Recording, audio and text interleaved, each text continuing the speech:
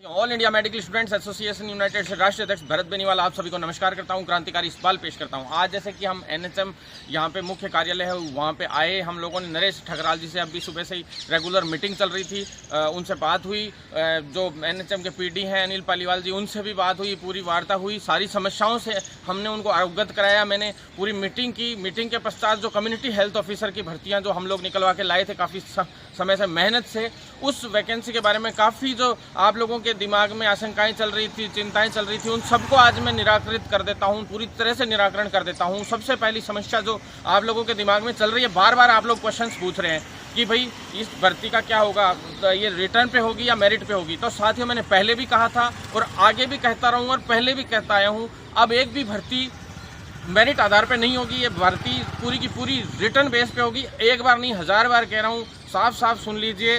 हर बार मैंने यही कहा है, रिटर्न बेस पे ये भर्तियाँ होंगी, कोई मेरिट आधार पर भर्ती नहीं होगी।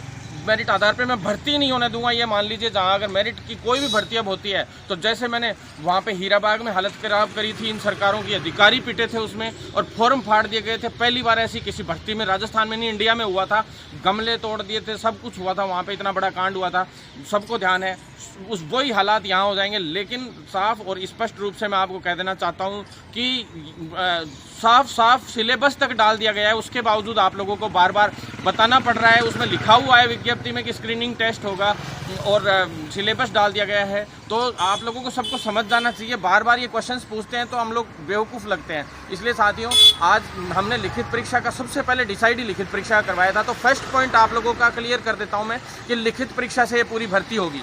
उसके बाद सेकंड पॉइंट पे आ जाते हैं साथियों। सेकंड पॉइंट है बॉन्ड पेपर। सभी को ये चिंता का विषय बना हुआ है कि बॉन्ड 5 साल का भरवा रहे हैं, ये करवा रहे हैं, वो करवा रहे हैं। तो साथियों, मैं आप लोगों को ये कह देना चाहता हूँ कि पूरे भारत में सभी राज्यों में जो फर्स्ट वैकेंसी सीएचओ की हुई थी तो उसमें 5 साल का ही बॉन्ड पेपर रखा गया था। लेकिन चलो कोई बात नहीं, किसी का भी रखा गया होगा। इस बॉन्ड पेपर को, जो बॉन्ड है 5 साल का, उस टाइम पीरियड को कम करवाने की तो हम कोशिश लगभग 100% ही करवा लेंगे, कम कर टाइम पीरियड को कम करवाने की। ये तो फाइनल आज मीटिंग में हो गया था। लेकिन जहां तक है, मैं इस बॉन्ड पेपर को ही खत्म करवाऊंगा साथियों। जब इसमें बॉन्ड पेपर की जरूरत ही क्या है, कोई जरूरत नहीं है। जब अदर वैकेंसीज में ही जरूरत नहीं थी तो ये कोई वैकेंसी विशेष थोड़ा ना है। आप ईविज कोर्स करवा रहे हैं, 6 महीने की ट्रेनिंग दे रहे हैं। तो आजकल तो वैसे भी ईविज कोर्स का आने वाले वक्त में कॉलेजेस में ही साथ में पास आउट होकर आ रहे हैं जब बच्चे, तो 2020 वाले, उनमें तो खुद में ही एक बुक एक्स्ट्रा जुड़ी हुई और वो ईविज कोर्स की है एक तरीके से। बॉन्ड का भी मैंने आप लोगों को साफ साफ बता दिया है और सोल्व हो जाएगा बहुत जल्द। तीसरा मुद्दा है डोमिसाइल का, जो हमने रखा था खुद अपनी तरफ से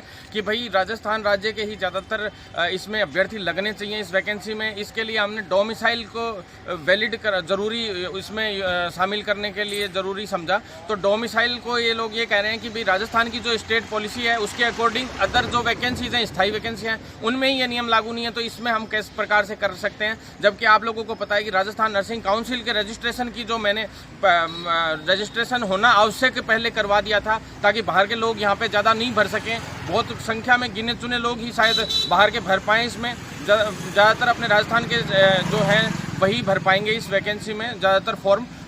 तीसरी सबसे बड़ी बात जो एग्ज़ाम की थी, जो एग्ज़ाम अभी जो फॉर्म भरे जा रहे हैं इस वैकेंसी से रिलेटेड, उसकी सबसे बड़ी समस्या थी। उस वैकेंसी के लिए, इस फॉर्म के लिए मैंने साफ रूप से आज बात कर ली है। कईयों के प्रिंट नहीं निकल रहे थे, कईयों के चालान नहीं हो पा रहे थे, कई समस्याएं आ रही थी। उन सभी समस्याओं का हमने आज समाधान किया है। स्पष्ट रूप से बात हो गई है।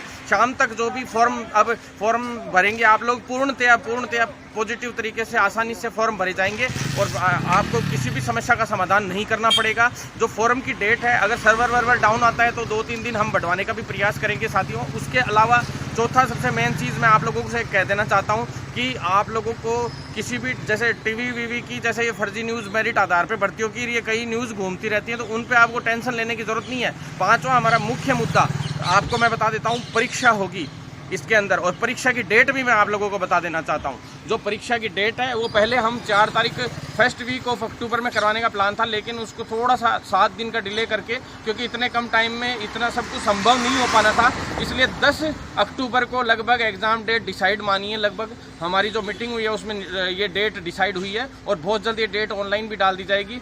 10 अक्टूबर आप लोग सुन लीजिए साथियों, सभी लोग तैयारी में लग जाएं। जो ये राजनीतियाँ फैलाते फिरते हैं कि मेरिट पे होगी, फलान होगी, कुछ कुछ नहीं होगा, कोई मेरिट पे नहीं होगी, रिटर्न एग्जाम से भर्ती होगी, वो भी 10 तारीख को एग्जाम होगी। आप लोगों को कहीं चिंतित होने की आवश्यकता नहीं है। आज तक की कोई फेक न्यूज़ डाल रहा है, बना के कोई कुछ कर करके डाल रहा है, इससे अच्छा है कि आप लोग पढ़ाई में ध्यान दें। आप लोगों को पढ़ाई से विचलित करने के लिए इस प्रकार के ये कार्य करे जा रहे हैं। भरत बेनीवाल जब तक जिंदा है, एक भी वैकेंसी मेरिट पे नहीं होने देगा। अब आप लोगों को चिंतित होने की आवश्यकता नहीं है। जो स्थायी भर्तियां हैं, सेकंड ग्रेड स्टाफ नर्स की हो, फार्मासिस्ट की हो, पैरामेडिकल की हो, एएनएम की, कोई भी वैकेंसियाँ हो आगे भविष्य में, डेंटल की हो, सारी की सारी वैकेंसियां लिखित परीक्षा से होंगी और वो मैं करवा के दिखाऊंगा आप लोगों को। बस आप लोग इसी तरह से साथ बनाए रखिए। धन्यवाद साथियों।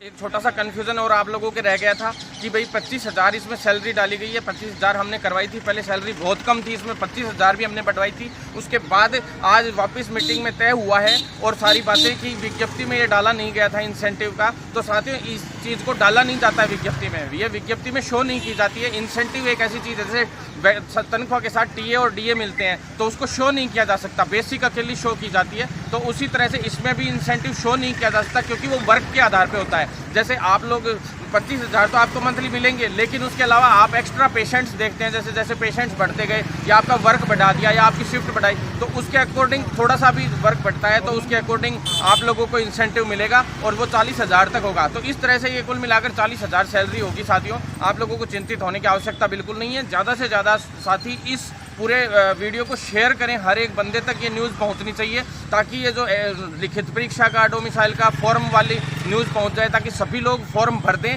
आप लोगों को मैं आपसे कहना चाहता हूं कि आप लोगों को अगर सर्वर डाउन होता है तो ज़रूर 2-3 दिन की डेट बढ़वा सकता हूं मैं आगे भविष्य में, लेकिन फ़िलहाल किसी भी बच्चे का फॉर्म, हर एक बच्चे का फॉर्म भरवाया जाएगा, किसी को वंचित नहीं छोड़ने देगा भरत बेनीवाल। आप सबसे वादा करता है और आप सबसे निवेदन करता हूं कि ज़्यादा से ज़्यादा फॉर्म भरना शुरू कर दीजिए। अब फॉर्म में आज के बाद कोई कमी नहीं आएगी, कहीं भी किसी भी प्रकार की कोई कमी होती है तो आप मुझे संपर्क कर सकते हैं। मैं डायरेक्ट चाहे मंत्री लेवल पे या मुख्यमंत्री लेवल पे मुझे जाना पड़ेगा तो भी मैं इसको सॉल्व करूँगा।